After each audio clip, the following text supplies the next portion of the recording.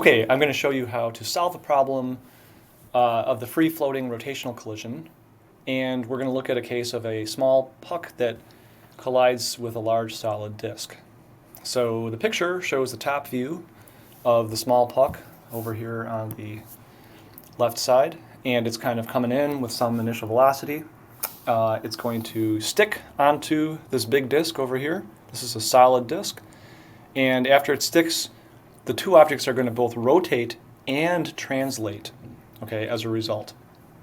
So our mission in this problem is to find two things. We want to find the linear velocity of the center of mass after the collision, and two, we want to find the angular velocity of the whole shape after the collision.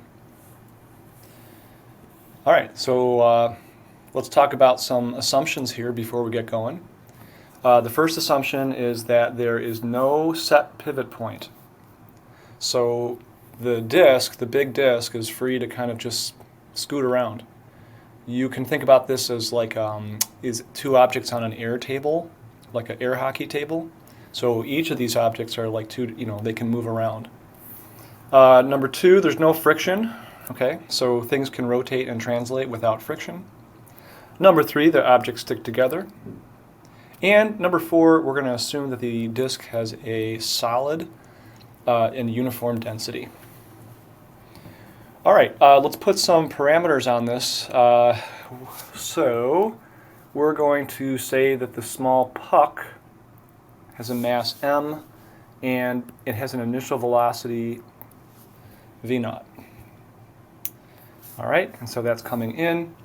And then we can look at the disk that's over here. And I'm going to give this whole thing a mass of 2m. All right, so it's got twice as much mass as the puck. And the radius, let's see, this radius here is going to be equal to r. All right, and by the way, an assumption that maybe we should say here is that this puck, when it comes in, is going to just clip the edge of the disk right at the very edge, and it's going to hit like on a tangent. Okay, that's an important piece of information. All right, so that's what we have for our given information. Oh, by the way, since this is a disk with a solid density, we know that if it rotates around its center of mass, if it did rotate around this point, the shape factor would be equal to 1/2. And that's around the center. So around the disk center. So let's just remember that 1/2 is the shape factor. Okay, so let's see. After the collision. This is the top view immediately after the collision. Hey, those two things stick together. There they are. They're stuck, right? And the question is what's really going to happen next, right? So remember, you've got mass here, this is m, and it's going to stick onto this giant disk that has a mass of 2m. And what's going to happen, I'll tell you what's not going to happen. What's not going to happen is this. That disk is not going to do this. It will not rotate around its center. That is not going to happen. And the reason it doesn't happen is because once the puck sticks onto the disk, there's a new center of mass, and it's going to be in between the center of the disk and the puck. It's going to be someplace along this line. So let me get this out of here. And we can probably imagine that if I drew a line connecting from here to here, that the center of mass of these two objects is going to be probably someplace closer to the center of the disk. I'll just put a little x here, right? So the center of mass is going to be someplace around there.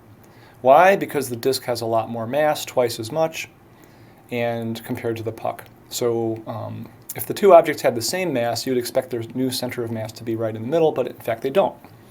So what we expect after this collision is going to be that there's going to be some rotation. That rotation is going to take place around the new center of mass. So there's going to be some type of an omega that happens around that point. And that's very important to recognize. that the rotation has to take place around the center of mass of the object. So if you ever have a problem where objects stick together, after they stick, the rotation has to happen around the new center of mass. And that's a key part of this whole problem. All right, so let's solve the first, the easier part. There are two things we had to figure out in this problem. We're going to go for the easier one first. The first thing we had to figure out was the linear velocity of the center of mass after the collision. And that's a pretty easy one. So if we go back to this picture, what that means is we're trying to solve for the velocity of this point. This is going to be the velocity of the center of mass, okay, after the collision. And so that point is basically going to follow Newton's law of inertia after this collision takes place, and that center of mass is just going to keep on trucking. It's going to keep on moving in a straight line at a constant speed. So the question is what is that velocity? And the way to solve that is a very easy way. You can just say linear momentum is conserved. And before we just assume that, you should ask the question, well, how do we know that? And the reason we know that is that there are no external forces on the system. So F external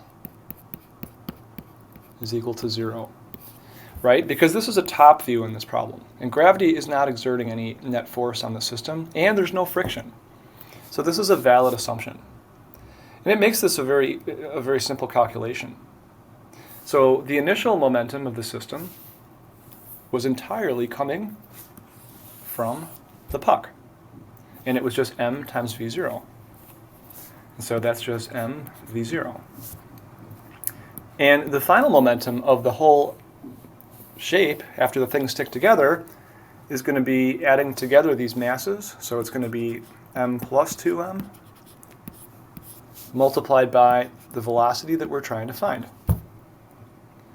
And you can see how easy this is, right? Because this is going to be 3m.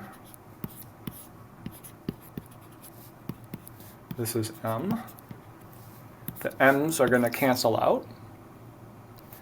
And hey, we find out that the center of mass, its velocity is going to be 1/3 of the puck's initial velocity. And what's kind of neat about that is that, we don't even, the fact that these objects are rotating doesn't make any difference at all. So the system behaves just like two carts would behave if they crashed together and stuck. And the key thing with a problem like this is you have to recognize, though, that after these objects stick, they're not really forced to rotate around any pivot that you decide on. They simply rotate around the center of mass. And so it's that easy when you have a problem like this, okay? So linear momentum conservation lets us answer that first question. All right, so now let's take a look at the second question. The second question was find the angular velocity of the shape after the collision, and this is a little bit trickier.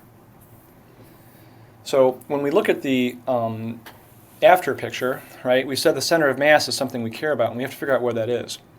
So someplace along this line, we say right about here is the center of mass. I'm going to call this point right here, I'm going to call this y is equal to 0. And up at the top here, this would be like y is equal to r, the radius of the disk. So what we expect here is that the center of mass should be y is equal to something in between 0 and r. And it's going to be less than half, right? So how do you find that? You do it the usual way. You do the center of mass formula. And that's the mass-weighted average position. And so you've got the puck, first of all. The puck has a mass of m. And it's a distance of r away from the origin. And then you have the disk, which has a mass of 2m, but its center of mass is located at the origin, at r is equal to 0. And that's the top part of this, okay? So mass weighting is happening up here. On the bottom part, you take the total mass, which is 3m.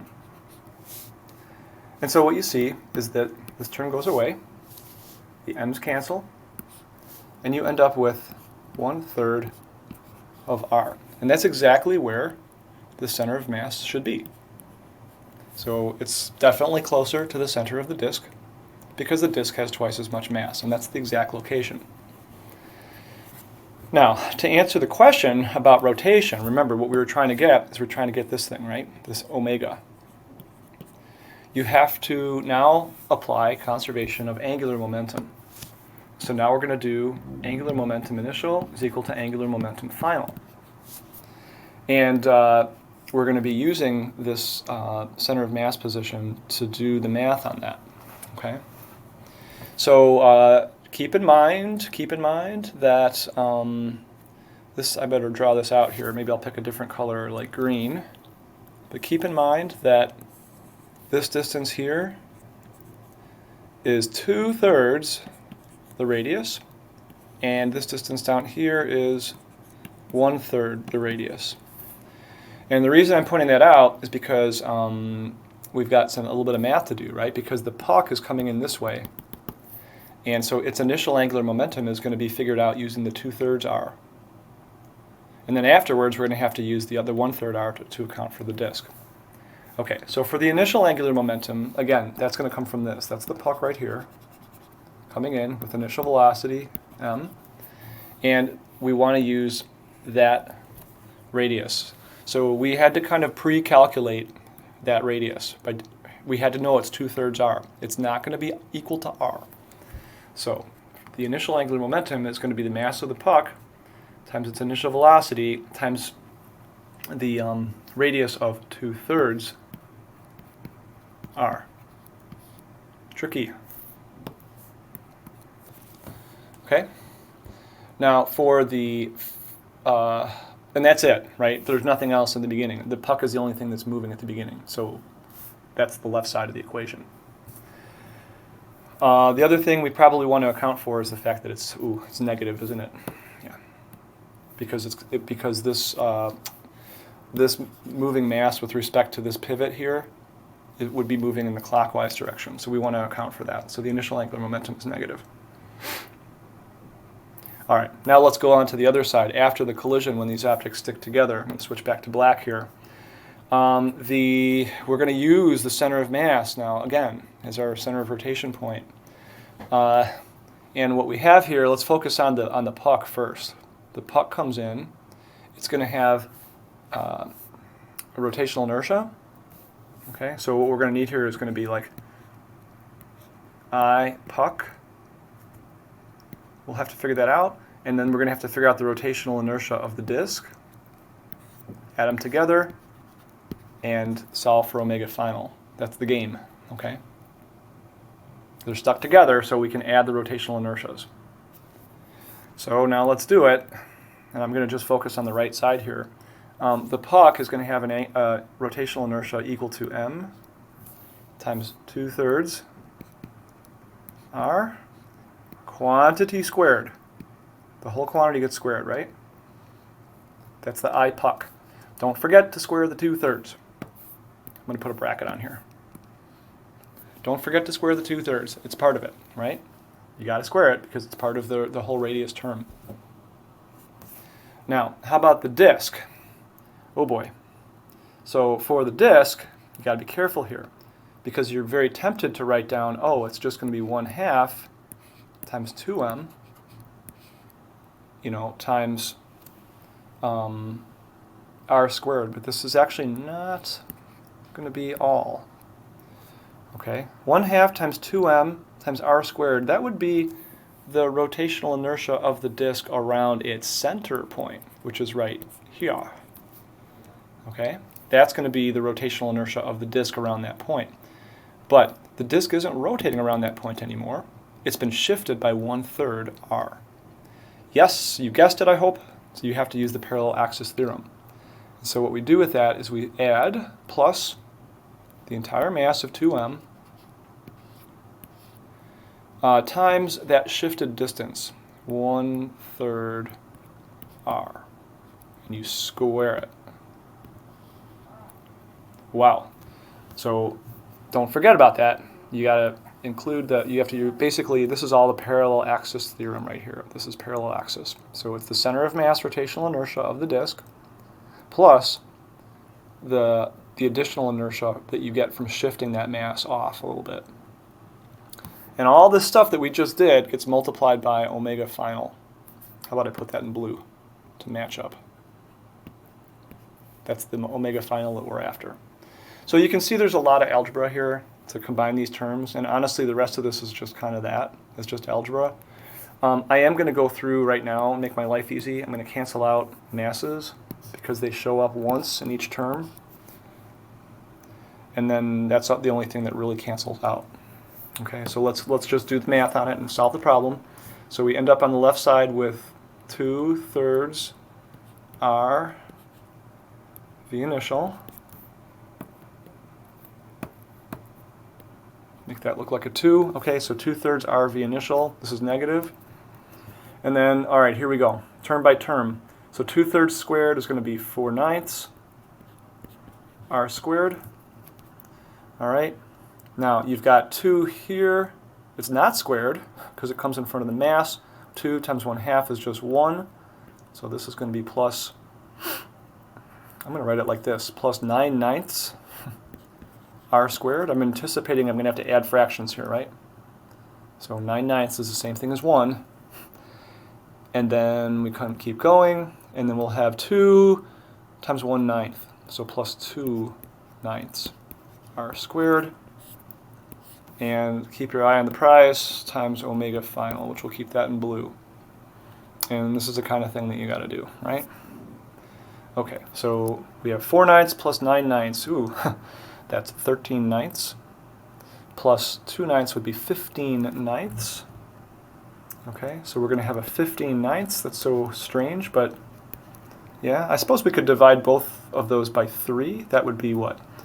5/3. Let me do that.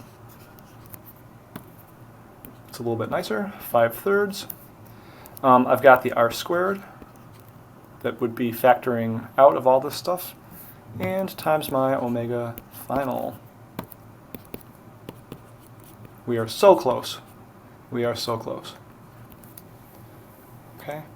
And so now the very last step that we're going to follow is we're just going to simplify and get omega final by itself. I hope you can see that that happens with that. Okay. And then we've got, we've got this happening here. So nice. And so our final expression is going to be negative 2/5 v initial over the radius. And that's what we wanted.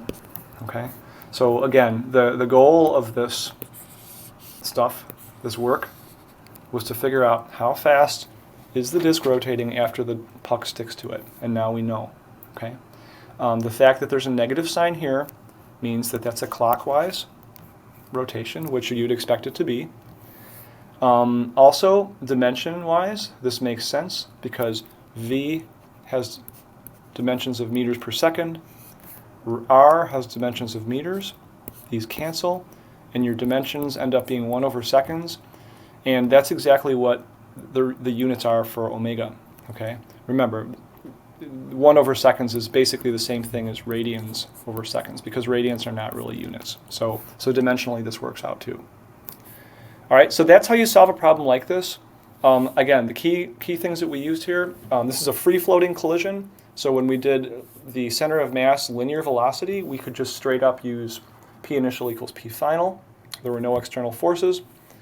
And when we had to find the final angular velocity, we used L initial equals L final. And by the way, I didn't say this, but there are no external torques in the system, right? I should have said that, but we kind of did assume it. So there's nothing twisting this. There's no frictional torque or anything like that. And that allows you to solve for the final angular velocity. All right? I hope that was helpful.